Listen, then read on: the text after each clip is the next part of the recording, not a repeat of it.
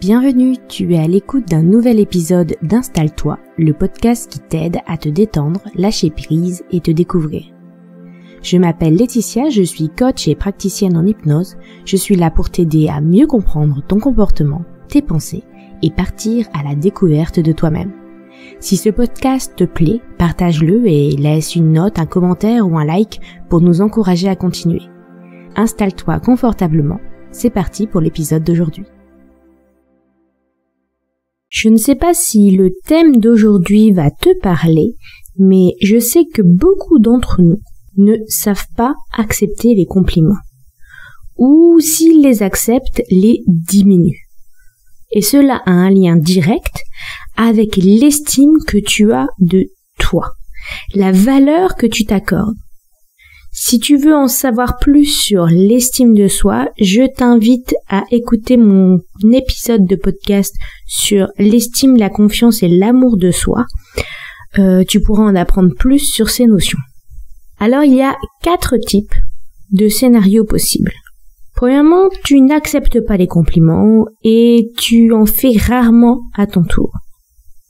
Soit tu n'acceptes pas les compliments, mais tu en fais très souvent aux autres. Troisième possibilité, tu acceptes les compliments, mais tu en fais rarement. Et quatrième possibilité, tu acceptes les compliments et tu en fais souvent toi aussi. Ici, dans cet épisode de podcast, on va s'intéresser aux 2 premiers scénarios. Aujourd'hui, je vais te guider pas à pas pour t'aider à apprendre à accepter les compliments. Et cela sera bien sûr bénéfique sur ton estime de toi. Allez, c'est parti. Alors, la première étape est déjà de repérer si oui ou non tu acceptes les compliments.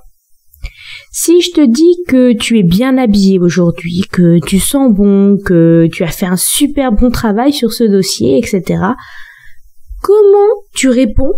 Comment tu te sens?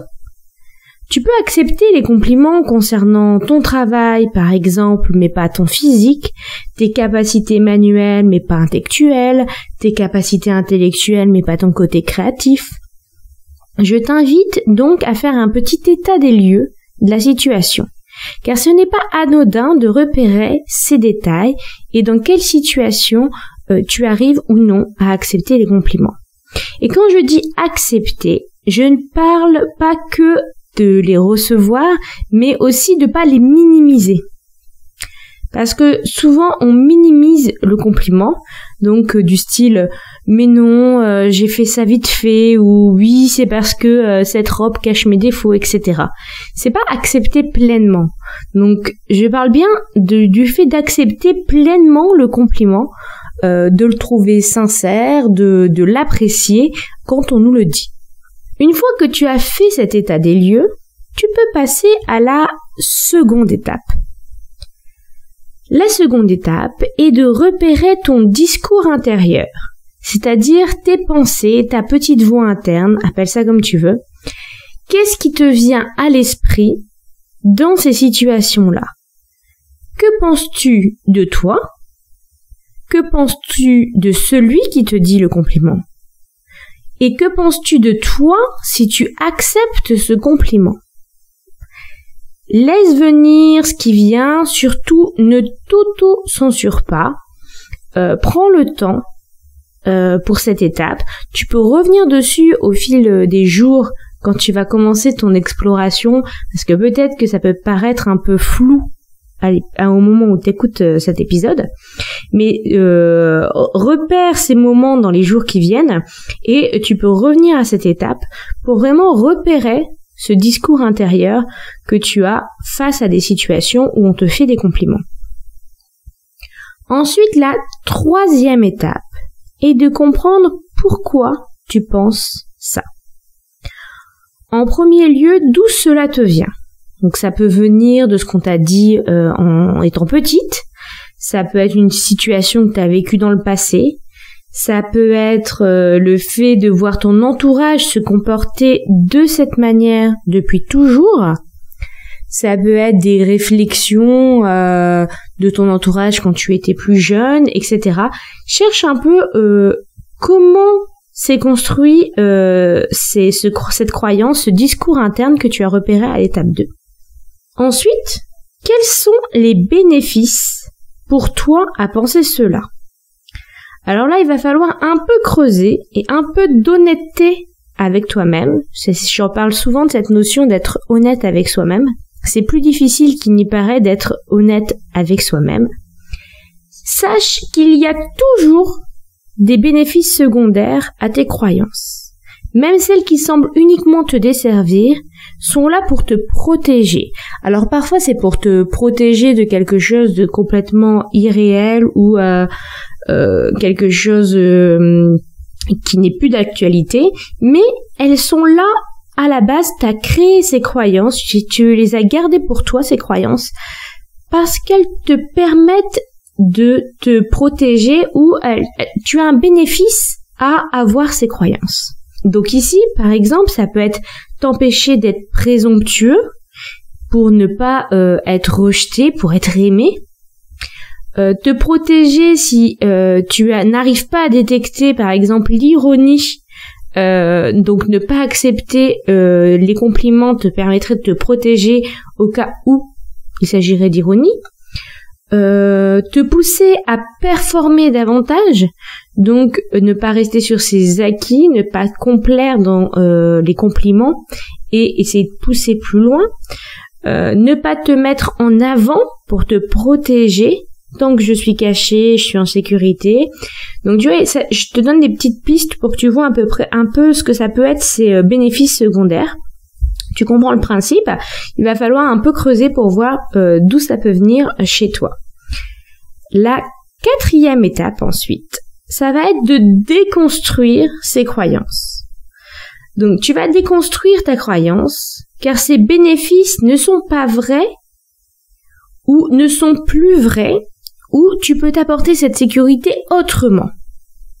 Donc là, ça va vraiment dépendre des cas. Je vais essayer de t'expliquer ça de façon assez générale pour que tu puisses l'appliquer. Si cela t'a apporté par exemple de l'aide quand tu étais enfant, donc ça t'a peut-être servi quand tu étais plus jeune, ça t'a peut-être protégé dans certaines situations.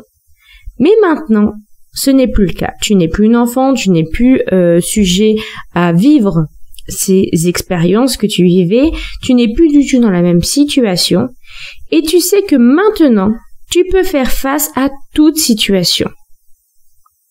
Je t'invite à remplacer ces croyances par la suivante. Par exemple, les autres me montrent par leurs compliments l'estime qu'ils ont de moi. Tu peux le reformuler comme tu le souhaites, bien sûr. C'est juste pour te montrer un exemple de tournure qui est positive et qui montre la bienveillance des autres en exprimant leurs compliments pour toi et pas seulement te valoriser en termes d'apparence extérieure. Quand toi tu fais un compliment, est-ce que tu es sincère? Est-ce que c'est pour se moquer? Est-ce que c'est pour draguer? Qu'est-ce que tu penses de la personne qui accepte ce compliment? Donc reprends ici un peu toutes les questions, tout ce que tu as mis en avant comme bénéfice et toutes tes craintes par rapport à ces compliments. Et tu verras que quand tu te mets à la place de la personne qui donne ce compliment, tu es beaucoup plus indulgent envers la personne qui le reçoit, tu es très bienveillant envers cette personne, plus qu'avec toi-même. Donc ça c'est tout à fait général, on va dire. La plupart des gens sont comme ça, sont beaucoup plus durs envers eux-mêmes qu'envers les autres. Et tu verras que quand tu te positionnes, quand tu prends la place de la personne qui donne le compliment, c'est beaucoup plus facile de voir qu'en fait cette personne le fait avec bienveillance, essaye de te mettre en valeur, essaye de te procurer quelque chose de bénéfique pour toi. Et une fois que tu as accepté ce point de vue, tu peux le retourner et donc te rendre compte que oui, tu peux accepter ce compliment. Tu peux même aller plus loin en disant si je fais un compliment et que la personne le rejette, elle remet en cause ma capacité de jugement, par exemple.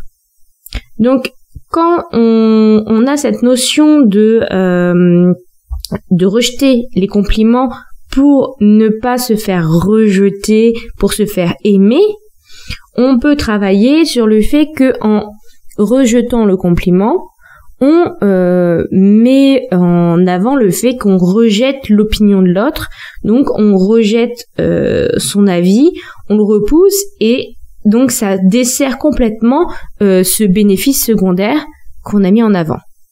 Donc après la 5e et dernière étape, tu passes à l'action.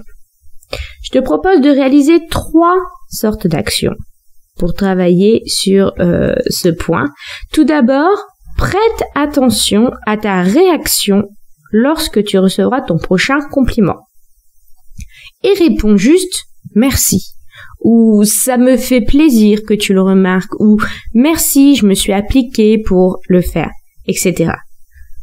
Pas de diminution du compliment, pas de mais toi c'est mieux, etc. Acceptez le compliment.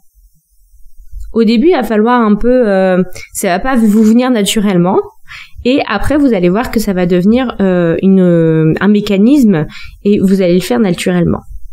Ensuite, je t'invite à t'auto-complimenter chaque jour. Tu peux commencer par un domaine où tu es plus à l'aise, puis aller vers les domaines que tu as repérés dans la première étape. Et vraiment prendre le temps de te complimenter et de le penser, ces compliments. C'est pas te flatter pour te flatter. Non, tu te fais des vrais compliments à toi-même. Enfin, si tu te trouves dans la situation où tu ne fais pas souvent de compliments aux autres, je te propose de t'entraîner à en faire. Les deux sont liés, donc plus tu t'autoriseras à en faire aux autres, plus tu t'autoriseras à les accepter aussi. Donc tu peux t'entraîner sur tes amis, tu peux t'entraîner même tout simplement en croisant des gens dans la rue à faire un petit compliment. Et voir aussi, vous pouvez aussi vous amuser à voir un peu la réaction des gens et comment ils réagissent face à votre compliment. Voilà, j'espère que cet épisode t'a plu. Laisse-moi un commentaire ou un message sur les réseaux sociaux. Si tu écoutes cet épisode à sa sortie, je t'invite à participer à mon challenge gratuit sur comment prendre soin de toi qui se déroulera la semaine prochaine. Tu trouveras le lien en description. Passe une belle journée et je te dis à bientôt.